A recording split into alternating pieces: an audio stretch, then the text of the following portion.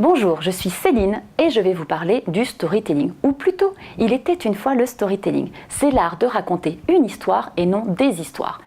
Tout d'abord, qu'est-ce que le storytelling ? Le storytelling, c'est l'art de raconter une histoire à des fins de communication. Dans un contexte marketing, le storytelling est souvent utilisé dans la communication publicitaire. Cela consiste à raconter une histoire plutôt qu'à mettre classiquement en avant des arguments produits ou marques. Le storytelling est le moyen de capter l'attention du futur consommateur et de créer une émotion avec la marque ou le produit. La narration et le storytelling vont de pair et s'étendent à toutes les formes de contenu. D'ailleurs, la traduction de storytelling en français est communication narrative. Un peu d'histoire. Même si le storytelling est apparu vers 2007, nous l'utilisons depuis la nuit des temps et il nous a permis de raconter nos récits.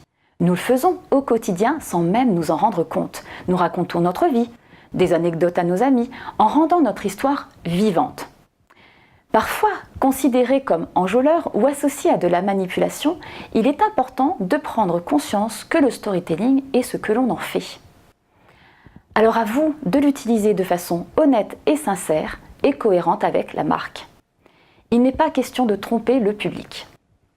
Mais en réalité, à quoi sert le storytelling ? Au lieu de simplement donner des arguments présentés de façon froide et rationnelle, le storytelling, lui, mêle raison et émotion. Le storytelling est l'un des moyens les plus puissants de donner vie à une marque et fédérer autour d'elle. Dans un environnement de surinformation et d'infobésité, le storytelling, lui, est créateur d'émotions. Il permet d'établir un lien avec le consommateur et permet d'accroître la fidélisation de la clientèle. Dans ce qui suit, je vous explique les méthodes. Les histoires doivent être authentiques, créatives et inspirantes. Le storytelling s'appuie tout d'abord sur 3 mécanismes, celui des 3 sions. L'attention, l'émotion et la conviction. Tout d'abord, il faut capter l'attention de votre auditeur et rendre le discours moins ennuyeux grâce à une histoire simple et facile à comprendre. Puis vient l'émotion. Il faut créer de l'intérêt, du désir chez votre auditeur. Pour finir par emporter la conviction par des arguments. Plus le lecteur est convaincu, plus il s'identifie à la marque, plus il retient l'information et plus il est susceptible de la partager. Une fois ce mécanisme en place, il faut maintenant y ajouter des ingrédients. D'abord, le héros. C'est l'ingrédient principal de votre histoire. Il peut être un personnage inventé ou réel, une marque ou un produit, une entreprise, un employé, un prestataire, vos fournisseurs. Bref, c'est ceux qui participent de près ou de loin à la réussite de la marque. Ce héros doit être facilement identifiable. Ce n'est justement pas un super-héros, mais une personne comme vous et moi, avec ses qualités, ses compétences et ses faiblesses. Si nous prenons le cas de notre exercice de départ, la fabuleuse histoire de Martine, Martine est la protagoniste principale, donc notre héros. Ensuite, la mission. Comme tous les personnages, le héros a une quête, un objet qu'il convoite, un but, un objectif. Cela peut être un élément physique, un trésor par exemple, ou un élément abstrait, comme le besoin de s'accomplir. La recherche de l'amour, ou comme pour Martine, l'obtention de son nouveau contrat. Voyons maintenant l'adjuvant. Que serait un héros sans ses compagnons de route ? Un héros est souvent accompagné de ce que l'on appelle un adjuvant. Ils sont présents aux côtés du héros pour l'aider dans sa quête. Pour une marque, cela peut être un collaborateur, un ami, des instructeurs, un outil même. Dans le cas de Martine, c'est Paul, le voisin. Autre ingrédient important, les opposants. Ah, le méchant. Chaque héros a son méchant. Mais comprenez plutôt les obstacles à l'histoire. Une histoire sans rebondissement, sans embûches, n'a pas beaucoup d'intérêt et paraît très monotone. Notre héros doit donc rencontrer des épreuves, des échecs, des chutes, un environnement hostile. Bref, un élément perturbateur à sa quête, comme dans la vraie vie. Pour finir, 2 ingrédients à ne pas confondre, le destinateur et le destinataire. D'abord, le destinateur. Le destinateur, lui, est celui qui confie la mission, la quête, le sujet au héros. C'est lui qui pousse le sujet à passer à l'acte. Ce n'est pas forcément une personne physique, cela peut correspondre à une idée, un sentiment, une volonté. Dans le cas de Martine, c'est sa motivation à aller à son rendez-vous pour son contrat. Vient enfin le dernier ingrédient, le destinataire. C'est celui ou ceux à qui va profiter cette quête, qui obtient un bénéfice, un avantage à cette mission. Parfois, cela peut être le héros lui-même. Par exemple, dans un conte de Cap et d'épée, le roi souhaite faire libérer sa fille du château. Il sera à la fois destinateur, puisqu'il confie la mission à un chevalier, et en même temps, il est destinataire, puisque cette quête lui profite, il récupère sa fille.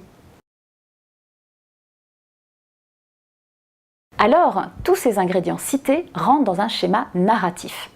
Le schéma narratif est le déroulement du récit, comme dans les contes. Il est composé de 5 éléments, ce sont les codes de l'histoire. Tout d'abord, nous avons l'état initial, c'est le début de l'histoire, dans lequel on place le décor. On présente les personnages, ce qu'ils font, d'où ils viennent. Bref, le fameux « il était une fois ». Vient ensuite l'élément perturbateur, le fameux « quand tout à coup ». C'est ce qui vient perturber le quotidien du héros, le problème qui va modifier la situation initiale et obliger le personnage à agir. Il est souvent suivi des péripéties. Ce sont les événements, les aventures, les nœuds provoqués par l'élément perturbateur. Dans le cas de Martine, ce sont les problèmes de transport, la traversée dans la neige. Mais heureusement vient l'élément de résolution, le dénouement de l'histoire qui amène vers la situation finale. Par exemple, Paul qui prend en charge Martine. Pour arriver ensuite à la situation finale. C'est la fin de l'histoire, le retour au normal. Le fameux « ils vécurent heureux et eurent beaucoup d'enfants ». Ou dans le cas de Martine, elle arrive à son rendez-vous et obtient son contrat. Les 6 W, c'est quoi? Alors, pour vous aider à créer votre histoire, vous pouvez vous appuyer sur les 6 W en répondant à ces questions. Qui sont les personnages de votre histoire? Quelle est l'action, la quête, les obstacles? Pourquoi? Quelles sont les motivations de vos personnages, les causes de la quête? Quand? Définissez la temporalité de l'action. Où se déroule l'histoire? Pour qui? Quels sont les bénéficiaires de la quête et éventuellement de la morale? Tous ces éléments sont des aides pour construire votre propre histoire. Comme nous le rappelle Ashraf Ramzi, les gens n'achètent pas des produits mais les histoires qu'ils véhiculent. Ils n'achètent pas des marques mais les mythes et les archétypes qu'elles symbolisent. Maintenant que vous savez comment fonctionne le storytelling, nous devons savoir pour qui et pourquoi. Le storytelling rentre dans une véritable démarche stratégique de content marketing pour les entreprises qui veulent faire la différence. À qui s'adresse le storytelling? Pour les marques, les produits, les entreprises, les personnalités, vous-même. Le storytelling peut être utilisé pour tout le monde. Dans quel but? Pour créer un lien, une connexion, une relation de proximité avec le consommateur. Pour créer de l'émotion et répondre aux besoins fondamentaux et motivations du client. L'appartenance, la sécurité, la sympathie, créer un sentiment de proximité. Désormais, on ne consomme plus pour avoir, mais pour être. Il est important dans le storytelling de définir vos objectifs pour déterminer vos axes narratifs. Rien de tel pour cela que la méthode SMART. Elle va vous permettre de définir vos objectifs en fonction des besoins de vos clients. Ils doivent être SMART, spécifiques et simples, clairs et non ambigus. Mesurables. Nous devons savoir ce qui doit être mesuré, que cela soit quantitatif ou qualitatif. Atteignables ou acceptables. Ils doivent être suffisamment grands pour être motivants, petits pour rester réalisables. Réaliste, réalisable, cela ne doit pas être un rêve, cela va souvent de pair avec acceptable. Temporel, c'est-à-dire limité dans le temps. Comment? Une fois votre objectif défini, il faut connaître sa cible, il faut penser client. Pour cela, vous devez passer par vos personas. Une fois que vous connaîtrez les moindres détails de ses besoins, de ses sentiments, vous pourrez établir un discours qui va lui parler. Pour qu'il puisse s'identifier à votre récit, il faut adapter son discours à son audience, comme dans la vraie vie. Il doit être orienté client et non plus produit. Voici 9 axes du storytelling qui s'appuient sur 3 éléments. Tout d'abord, celui côté entreprise. Adapter une démarche cohérente. Le storytelling doit correspondre à l'ADN de votre entreprise, à vos valeurs et surtout à la stratégie de communication que vous avez mis en place.